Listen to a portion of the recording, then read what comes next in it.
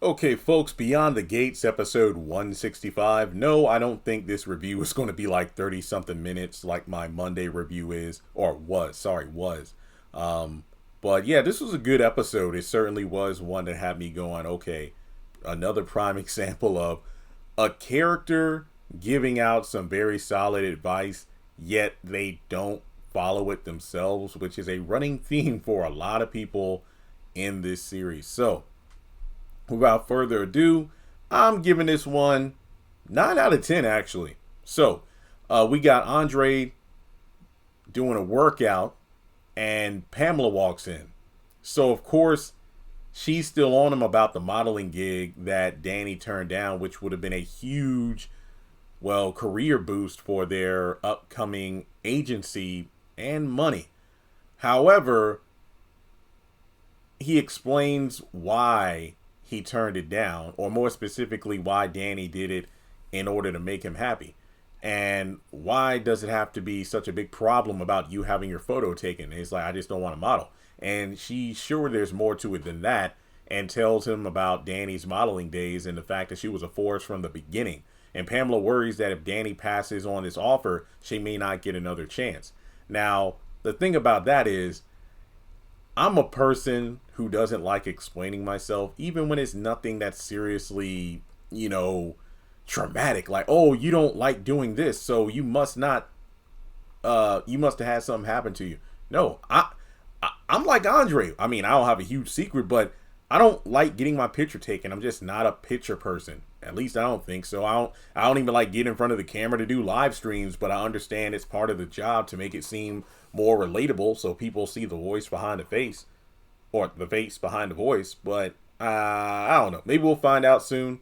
Maybe not. Even though I do believe the synopsis for this week does say that Andre will reveal the truth to Danny this week. So we go over to the casino and Haley's talking with Randy and how she's thinking that he's screwing her over by telling Joey that they're having an affair, which he thinks is weird that they're having sex was his first thought. But the thing is, it's like, you're running a con right now, so who cares what people think if you're going to split town the minute you get this money? Sheesh. So from there, she's like, what if Joey tells Bill? And Randy says Joey is not a gossip. And that's when Haley told him that the affair was all in his mind. And so she explains that Bill busted her clocking property in St. Bart's and had to convince him to buy it for her because obviously she was planning ahead in terms of what to do after he croaks. But that's what led to the beach house. Ah ha ha. So, full circle. Now, once she has the money, they'll be living large on this life insurance and a trust fund. And he reminds her that, to take her time with that poison. Don't just rush it. Haley's sure that Bill will never have a hold on her like he does on Danny. And she can't believe a model walked away from her career for him. And she's sure the moment that she starts, sagging, Bill would trade her in for a newer version. And the fact that she'll never lose her mind like Danny, bringing up things like, this one. And I gotta admit, I love how fans loved Haley's monologue. And it does speak volumes. Some people are like, oh, there she goes, classic case of a character saying, I would never, and then they do, basically never fall in love or surrender her life for a man just because he came to the picture.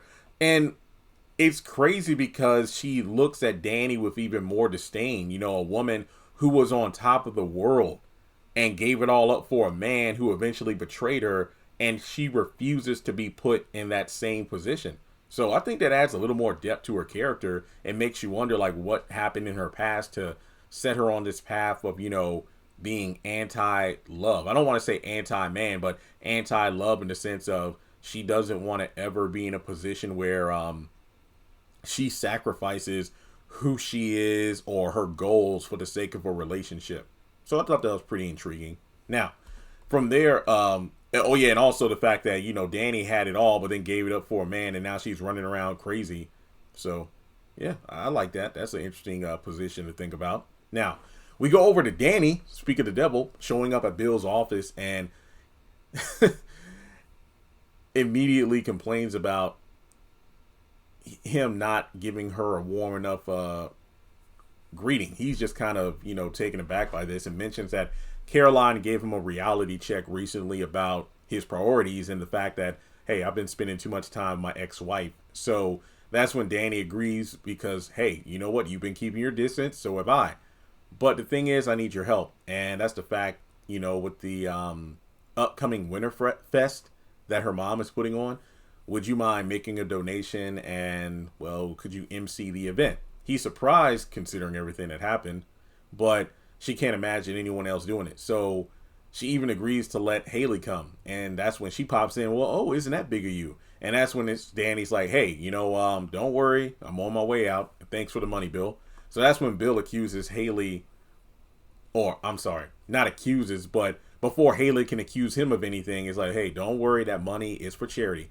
Now, she's not thrilled that he agreed to MC the event, and she suggests that they order lunch, and he promises to take her back to Rome one day so they can finish their honeymoon, which I low-key forgot about because remember, they did go to Rome, but I believe there was this huge case, and Bill had to come back, so they came back from their honeymoon early, and this was at the same time that Danny flirted with the security guard to give her the code so she can get into the house, and she passed out there drunk. Man, that was a long time ago. So their food arrives, so she poisons the tea again and makes him drink it. So, bro, when are you gonna think about Get Out? With the white people with the tea, but this time you have a wife who's forcing you to drink tea all the time. So, man, he had that look on his face like he could feel something's off. Now we go over to Danny, who gets home and tells Andre that she visited Bill, but only for the charity event. And from there, we get to probably the highlight of the episode in regards to Vanessa and Joey. So here's the situation here.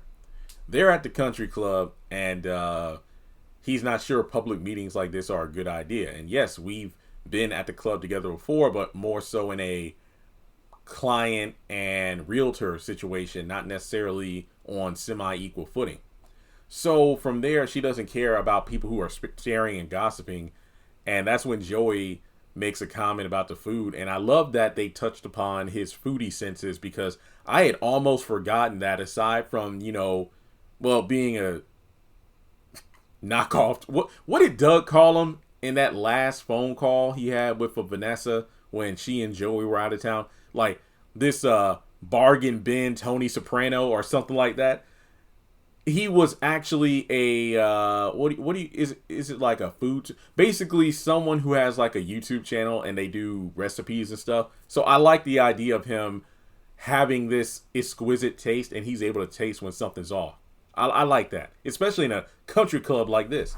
So from there, Anastasia comes over to pay her condolences to Doug because, well, she hasn't interacted with Vanessa since and is beyond devastated, even if they only had a passive acquaintance. So from there, she asks right in front of her and Joey why she's, interacting with an infamously suspicious character. And that's when Joey introduces himself. And I love when he extends his hand. So, for a handshake, she just shakes his finger. That's just a little thing I love. So Anastasia knows that Vanessa is weak-willed when it comes to men, but this is a new low. Going so far as to say that Doug will be posthumously appalled, especially if he knew and then that's when Joey chimes in. Oh yes, especially if he knew I had him killed so I can have his wife all to myself. And that's when she just walks off. And Vanessa has this look on her face and Joey's like, I was only joking. So that's when conversation returns to her role in the business, because remember, she wants to be Joey's equal. And I wonder if this little experience kind of showed her what would happen if she became the female Joey. People, when you walk into a room, they look at you, but not in the sense of respect and whatnot. It's more like fear. So he decides to put her in charge of his escort business, but she was hoping for something a little more exciting than that. And he says, well, first of all, we need to start you at the bottom. And most importantly, this is legal. Call me Madam Vanessa. Well, dang, all the queen's men. Okay. And that's when he tells her, here's the thing. You can't get high off your own supply, so do not have sex with the employees. Which is interesting because aside from that one time in the hotel with Doug, I don't think Vanessa has had sex with anyone since she's had sex with Joey. Because remember, up until Joey's introduction to Vanessa in the show, she was with Diego, this person, that person. that one dude who was following her around because apparently she did something to him with her foot, which is intriguing. But either way, Joey fills her in on Diego being an escort. What? Should have known. And he's annoyed to hear that Vanessa never paid him. And she's like, well, how about we go back to my place in order to work off my debt? So that's when he's like, well, I got to take a rain check on that. So I love when he leaves, he looks over at Anastasia's table and then does gun fingers, pew, pew, and then chuckles on the way out. And she looks disturbed. Now, that's when Vanessa overhears Anastasia making a date with Diego. And then she goes over to the table and tells her that I'm in charge of Diego now, so you better watch what you say to me. And that leaves her flustered. And I'm like, what? So Joey gets back to the casino and Randy, this is where Randy, I'm like, bro, you're an idiot. Haven't you learned that you can't hide anything from Joey? That you can't lie to Joey? While in the moment, you might think you got one over on him, but you should know from experience not to do anything or say anything that'll make Joey suspicious, because he will find out. So he basically says that, hey, I lied about hooking up with Haley. There's nothing going on like that. It just turns out I was the one that, saved her when she was having that miscarriage at Uptown. And there's nothing funny going on between us. And Joey knows that there's another reason he's lying, and that you're meeting with Bill Hamilton's wife. But I don't know what it is yet, but I will find out. This dude, his poker face. Oh yeah, they're in a casino. So this was low-key my favorite part of the episode, or one of my favorite parts of the episode. We go over to this food court area, which is like a new set, and I like it because it's a new set. And no, I'm not one of those people complaining, oh, there are so few sets on this show. Hey, give it time. I know we'll get more eventually. Now, Chelsea and Naomi are eating, and Chelsea pretty much summarizes the pregnancy storyline. And the fact that Naomi brings up that Jacob wants to go to couples therapy, but she thinks that he's the one who needs to see a therapist. And that's when Chelsea has a sister moment with her sister, saying that, well, I think you're being a bit harsh, and that it isn't just your problem, his problem. And she's like, well, I didn't change. He did. And Chelsea says, well, to be completely honest, it's hard for you to be open to other people's feelings because you're typically in lawyer mode, essentially battering people down in order to win. Marriage is complicated for, lawyers. And that's when they chat about the situation from another angle. Why not try thinking things from his perspective for once? Because it's a team thing, not just you trying to win on the versus the opposing side. Like, what's more important, being right or understanding your husband's feelings? Now, to be fair, Chelsea dropped a bar.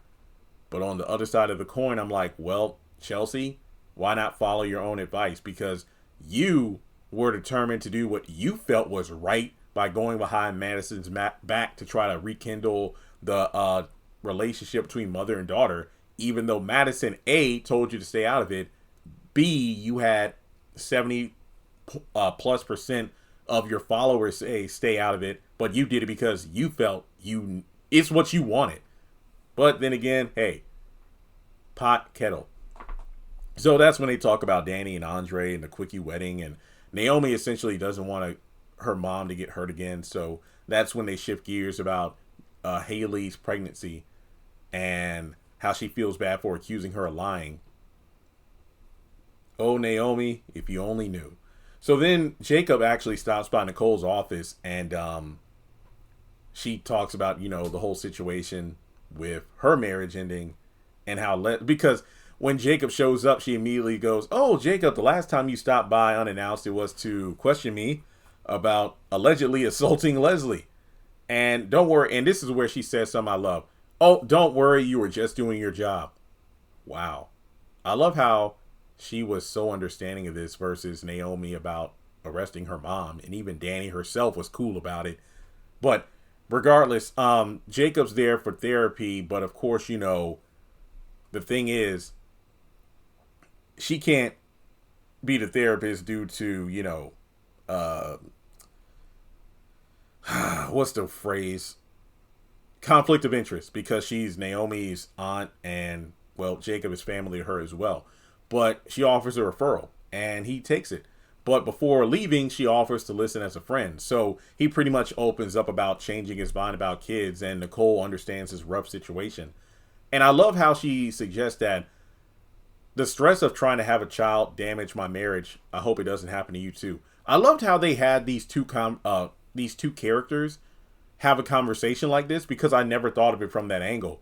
Yeah, Ted's affair began because Nicole was so desperate for baby number two, and she kept having miscarriages and whatnot, and that's what caused the rift, leading to the affair in the first place with Leslie.